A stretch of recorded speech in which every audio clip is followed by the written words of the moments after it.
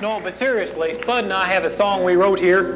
This is about a man who used to come into the old Super Service station all the time, but, well, he's gone now, but we haven't forgotten him, and we hope you won't either after you heard this song. And it's only fair to warn you that Spud and I ain't never sang this song, nor any song, for anybody at any time.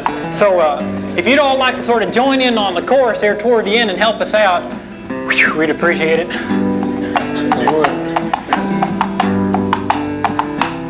Well, Rodeo Joe was an all-round cowboy born with a rope in his hands and into just a ride in the rodeo shows, just to hear the applause from the stands.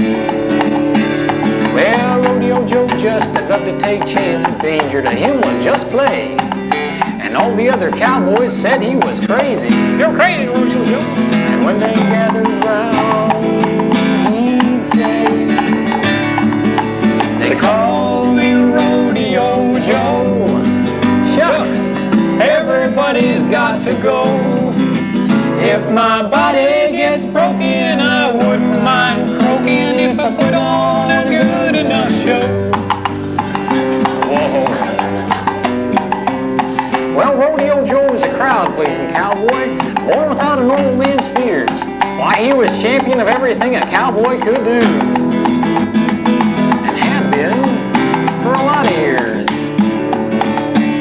Well, Rodeo Joe didn't mind getting older. He'd just ride that much harder each day. And the younger men thought he should put out the pasture. You just put out the pasture, you old cowboy. And the Rodeo Joe, they'd say,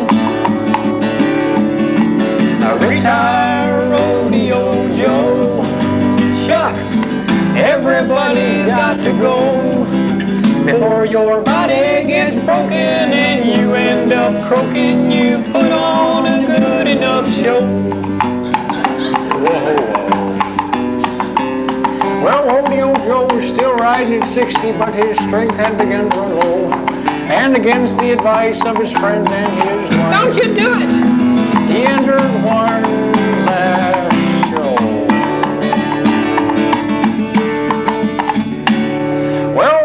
Joe got thrown off his horse, got kicked in the head by a steer.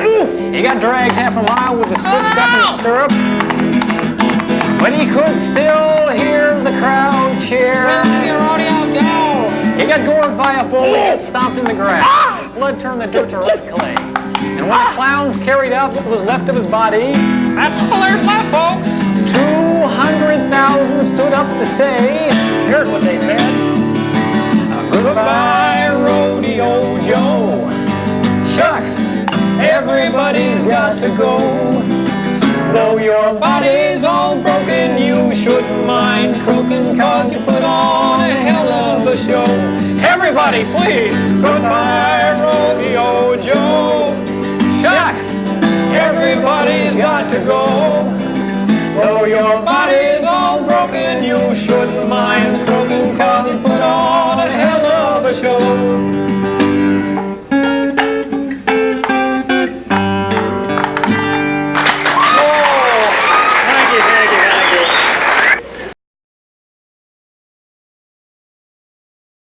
Well, music lovers, we've got a little bicentennial treat for you right now.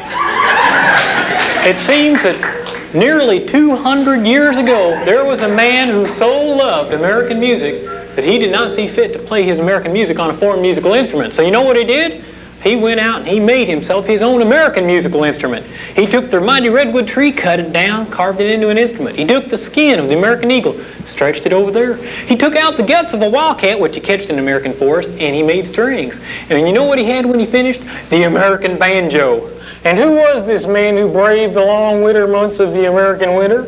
Who was this man who ate small furry creatures and stumps for 6 long months? Who? It's Grandaddy Banjo. Of course that man was Grandaddy Banjo. Oh, I'll say. And as a special treat, we've got Grandaddy Banjo right here. He's 200 years old. He's still alive and kicking. He's still alive and picking. Grandaddy Banjo, hit it, Grandaddy.